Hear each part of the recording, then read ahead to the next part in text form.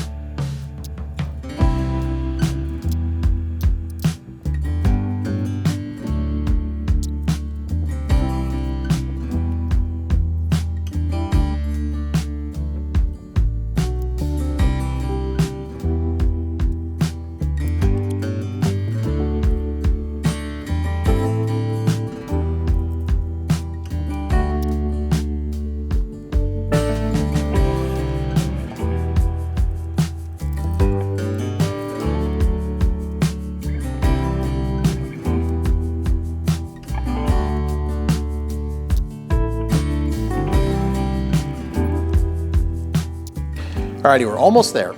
We have this top plate, or second to top plate, and these 3 springs that go in here like this. And you need to be very careful of these springs because on many of the forums, there are some rather colorful names given to these springs, some of them biblical. But the basic point is you need to get them shoved back in here and back on top of the block without having them shoot across the room. So that is my current challenge, and I have to figure out how to accomplish that.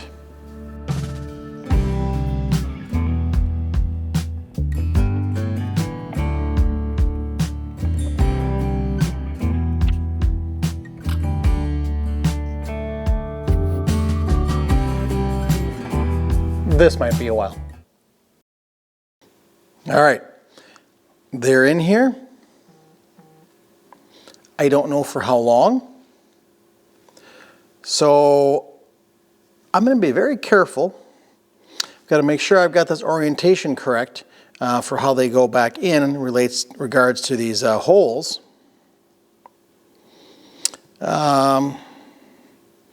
So I'm going to put a paper towel over the top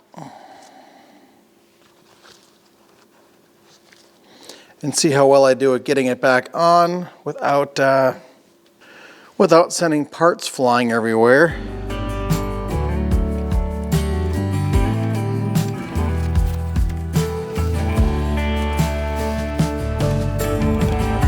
I would like to say just like magic, it's on. I guess we'll see. Got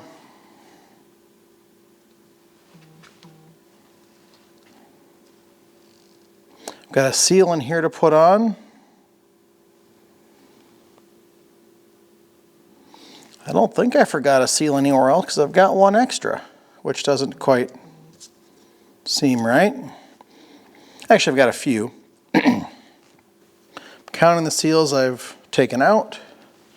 1, 2, 3, 4. No, I got one in there. Yep, there's a seal there.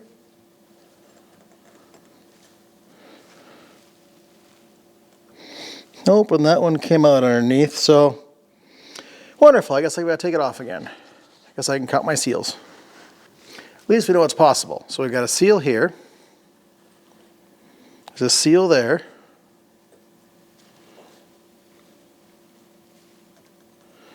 There's one down there, yep.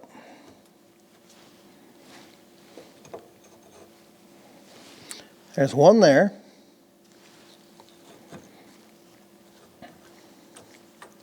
I think we're good.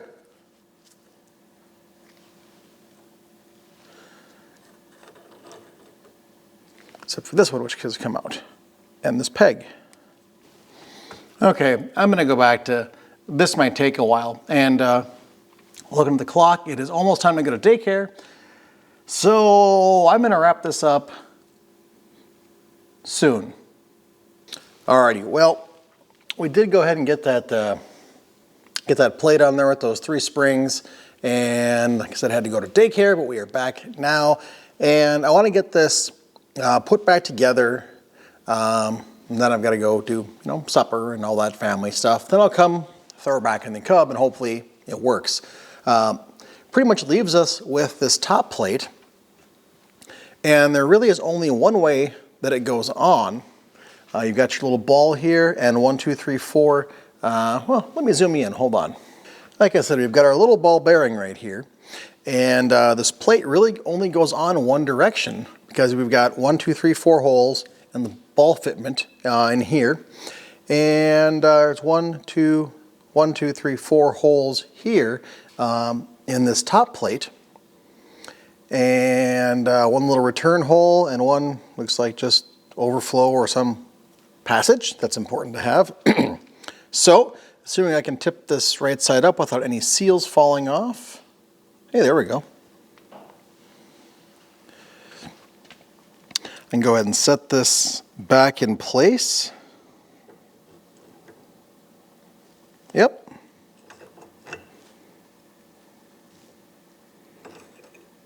Yep, there's no additional seals. Nope, that's our seals in there. All right, it is back. We have our four nuts that you can't see. There they are, nuts in my hand. I'm going to take a little bit of blue Loctite and set that on here, and we'll lock these things down.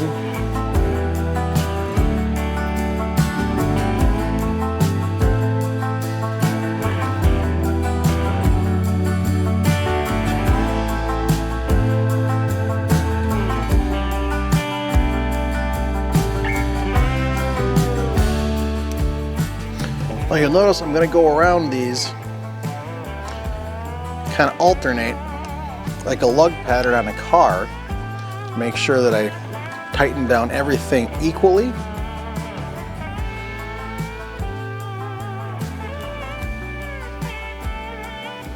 I don't want to just wrench down one side at a time and cause something to be goofy and warped. And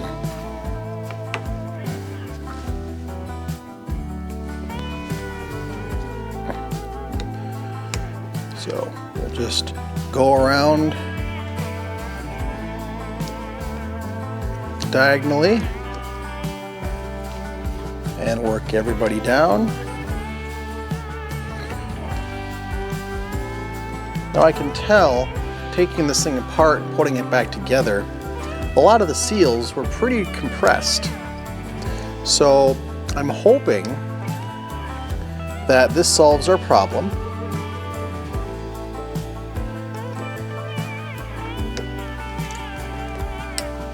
And that new, fluffier seals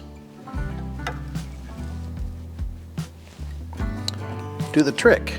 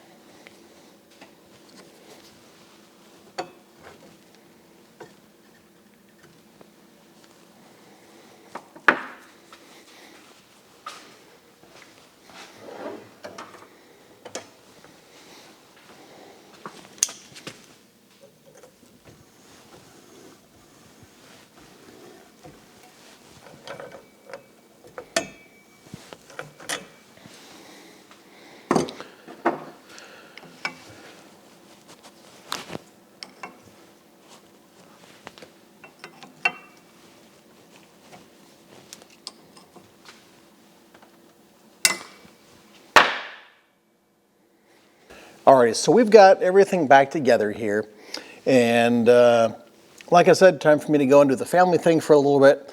We'll come back, and I think I'm just going to go ahead and throw this thing back in the tractor. There's no point repeating the process I've already done for you once. If you want to see how I put it back in, just watch the beginning part of the video in reverse. So I'll go ahead, put it in, top off with some high-tran fluid, and hopefully that'll be it. It's kind of tough to tell right away because, like I said before, sometimes it would take an hour and a half of running before either the seals broke down or the fluid became viscous enough to sneak through wherever it was sneaking through. I have a feeling I know where it was though. This was the washer metal crush seal wherever between, oh yeah, look at that, between the top of the assembly here and the steering column that went up through this whole shaft. And the one I took out here was pretty compressed, and I'm looking at it and it's just sort of falling apart in my hands right now. And I almost wonder if this was not supposed to be one piece at one point in time, because the washer itself, if it'll focus on you here, there we go, looks to have, like the outside of it is dark and coated like it was glued to this washer at one point in time. So I'm wondering if that didn't separate and that's where the fluid was leaking up from. That seems to be about the only passage for the fluid to leak up from and come out the top of the steering column. So that's kind of my guess. We'll see when we get it put back together.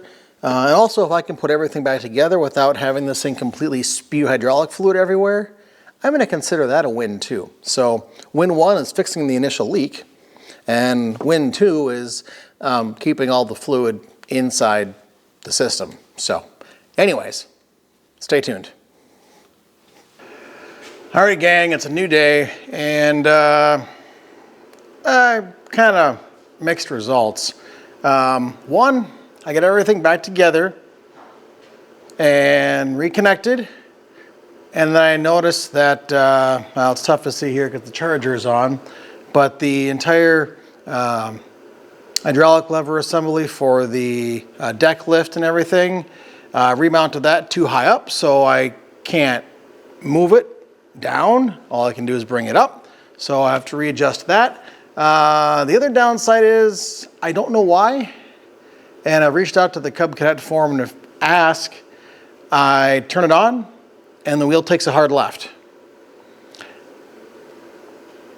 I got the video, I watched it backwards, so I'm confident I didn't put anything together backwards or miss a seal.